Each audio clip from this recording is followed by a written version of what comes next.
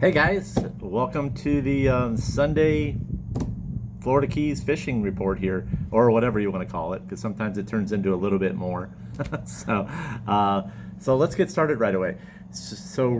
We had some weather this week, and we have not seen this type of weather in probably about 2.5 years. So I look back on the calendar, and we had about 16 inches of rain, I believe, on either Tuesday or Wednesday, and it just kept coming and coming. So I want to give you guys a little piece of advice here for you new boat owners that are just now starting to see this type of stuff, and the people that have just bought boats during COVID.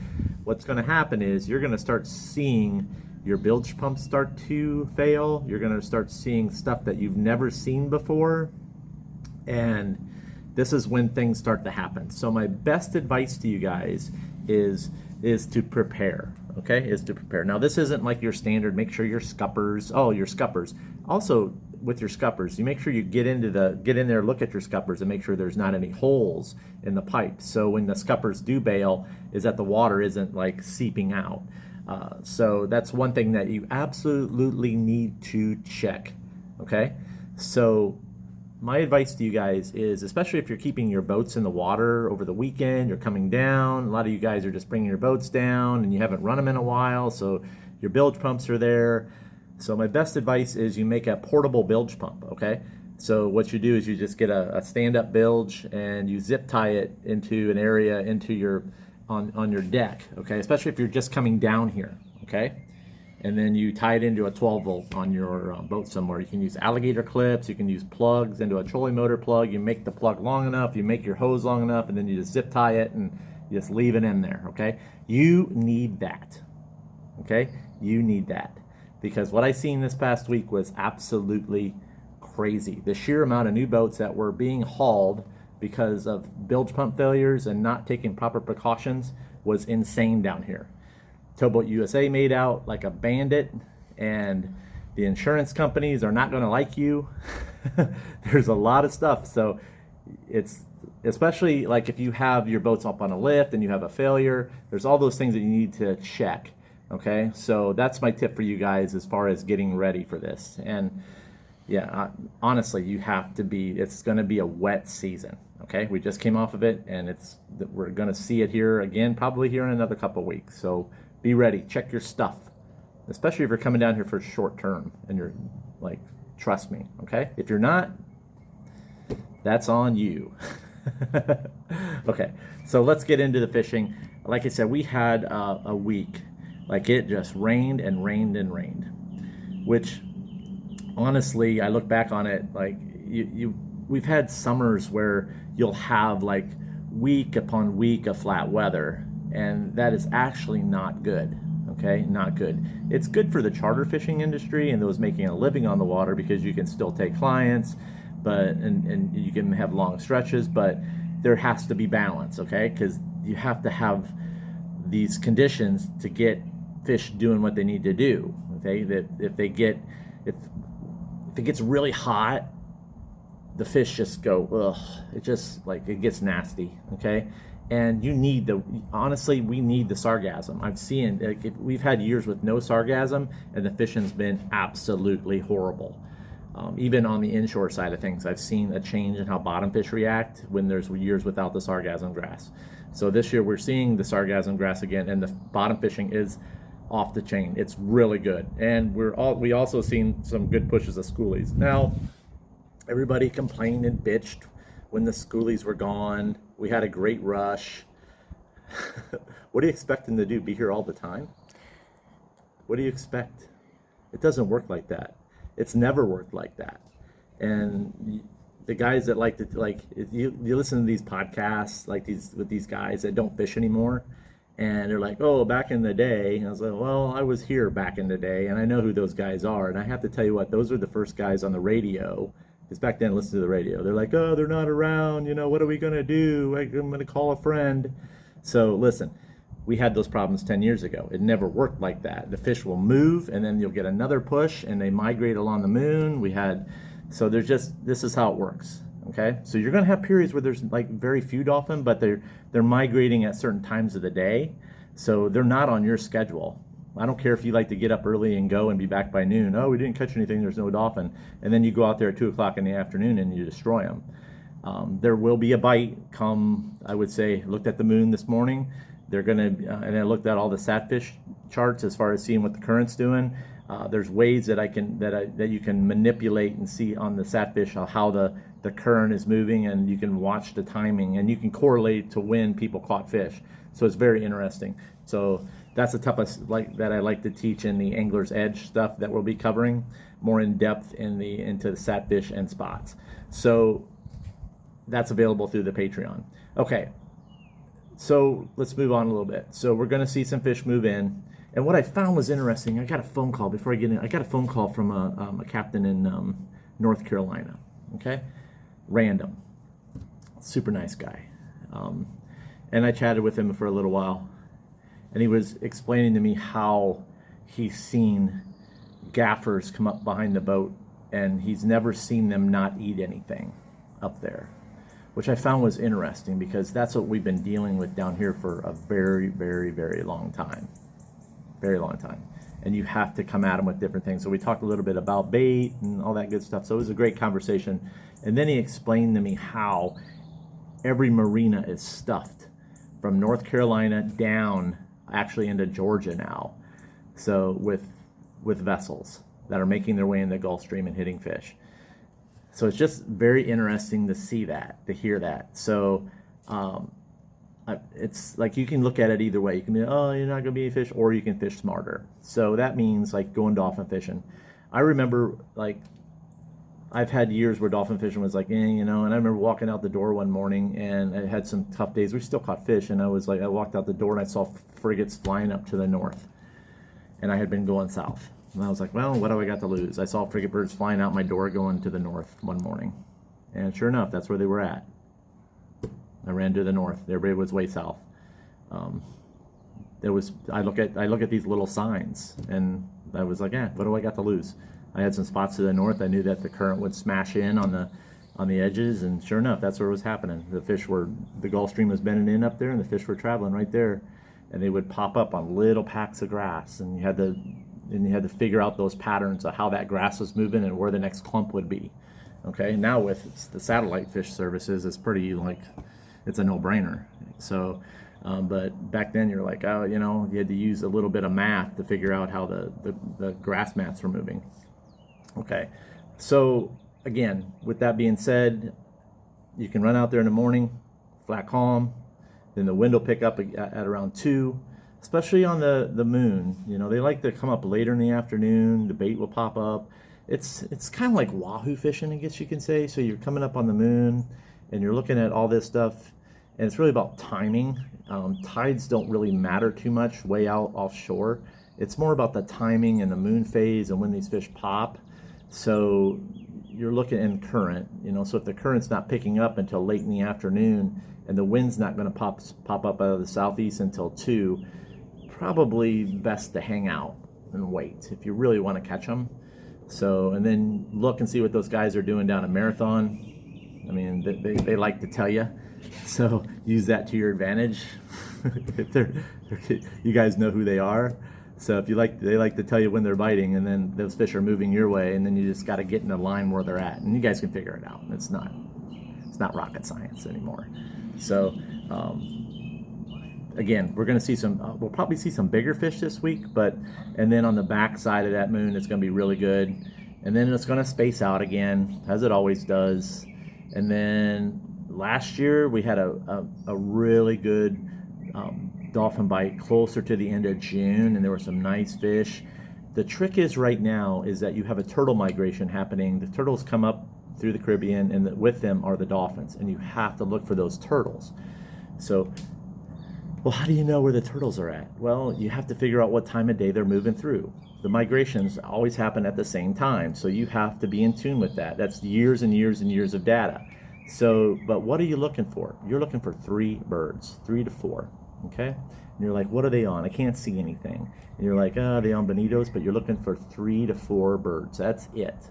3 to 4 birds going with the current, and they're going to be hauling ass. And you cannot run up on these fish. Like like you do like a piece of debris, because you're going to push the turtle down, you're going to scare him, and then with that the fish scatter.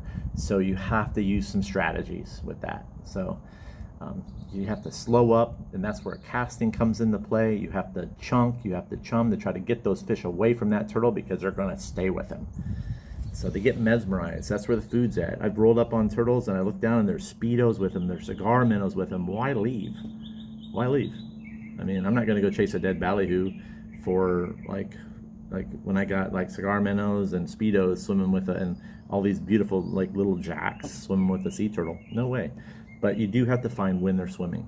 And those, like we got these flat calm days, those are good days to look and see. And you got it. You're not going to pick this stuff up on like a Simrad radar either. You got to have eyes.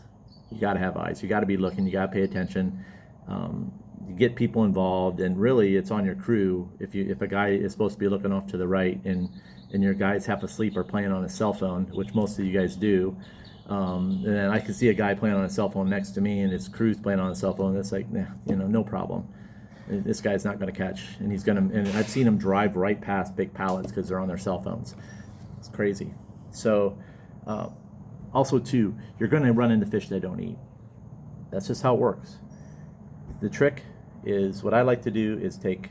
If I know I'm going to go and do it right, you got to have like a big bucket full of glass minnows with you, and you'll roll up on them. You may not see them. And you start tossing those out versus tossing chunks out, because that's going to spread it out. It's going to give it a little bit more shine, and they're going to. And if you want, you can throw some confetti or some glitter. You can throw some glitter in there. It's not the best for the ocean, but you can throw some glitter in there. It'll dissolve. It'll be really nice, non-toxic, of course. But that'll like shine up that. It'll get them excited. So that works very well. So those are the little tricks. It just sets you apart versus the other guy if you roll up on a piece of debris. So also too, you can use the old hose trick. That's where you spray the water and and I don't know. I don't do that much anymore. That's kind of overrated. And then so also too, we've got if you're on a weed line and somebody's harassing you, this is a trick that we use that's out there. And you got birds on it, and then you got somebody that's on your butt and they won't leave you alone because they don't know how to fish.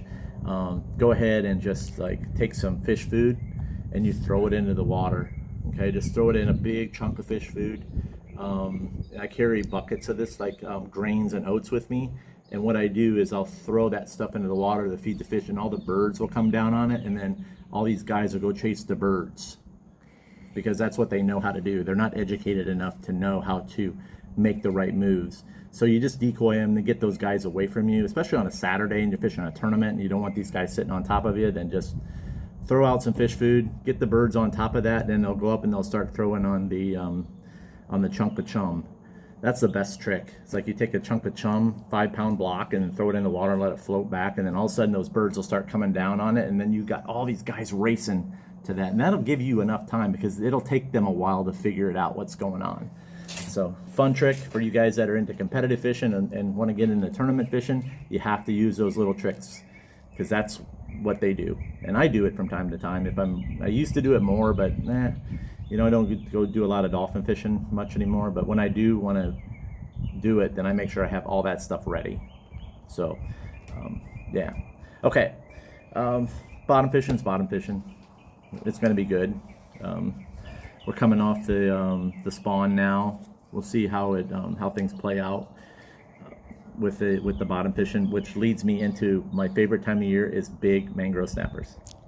Really big mangrove snappers. Like, I'm not talking about average mangs. My favorite fish to catch along the reef this time of year is like a 20 to 24 inch mangrove snapper or bigger. Always looking for big ones. These things look like mini cuberas. So we're getting into that time of year where the mangs are going to start doing their thing and start the spawning and pre-up and start doing all that stuff to get ready. That's going to happen here on this new. They're going to start staging on this, probably on the back side of this full moon. They're going to start staging up to start doing their thing. Okay, so which means they'll start aggregating up in areas and where you're going to find them and all that stuff. If you're new, well, we're going to dive into that in the new Mangrove Madness course. I'm going beyond all that stuff that you're watching on YouTube right now. This is stuff that I do. I don't mind sharing it because, hey, if you can put in that work and do that, what I'm doing, then you're on your way. So I'm going to share with you some things. That's going to set you apart from that next guy, and it's some easy bait. So it's not like grunt heads. It's not pinfish. It's not like it's not speedos. It's not chunks. I'm going to show you guys some other stuff that works. Okay? And no, I don't mind. So, because this is what I do for a living, as well as charter boat fish, is run educational programs, and I want you guys to be better because the fishing's getting harder out there. Everybody's gravitating to these spots because that's all they know, because that's what they do, and I want to teach people how to make moves and have some strategies, take pressure off spots, let these fish come back, because what I'm seeing is what's going to happen is that for the show, I call it the show, is that areas are just getting pummeled because that's what they know. So now you've got guys I've seen guys, three-way guys, I call them the three-way team now, and they're anchoring three ways on certain spots and just pummeling, and they're actually staying the night out there, which is, I've never seen it before. I guarantee you those fish are not reacting the way that they had been, and that spot's destroyed. So they've laid all their leaders on the bottom. It's what happens is when you have a spawning spot and you start to destroy the bottom, it takes away from different things that attract them. So if you have a bunch of line down there, if you have a bunch of crap, if you're just constantly putting stuff down there, anchoring's horrible on these spots. It destroys it. And then the fish, they move on. They find another happy spot. That may be up in Boynton Beach, where guys are still like using, old school stuff to catch them. And they're wondering, and then a couple other guys that I've taught are destroying them up there. So you have to just know that. It's not that I'm being like that guy. I'm just saying it's just natural stuff. Hell, I've been guilty of it too. When I first was like, man, I shouldn't have did that. So I won't do it anymore. And I try to educate folks to say, hey, just take some pressure off something. Go do something else, which I'm doing, and take some pressure off stuff. Explain to clients and explain to people and that this is the nature, and people understand. But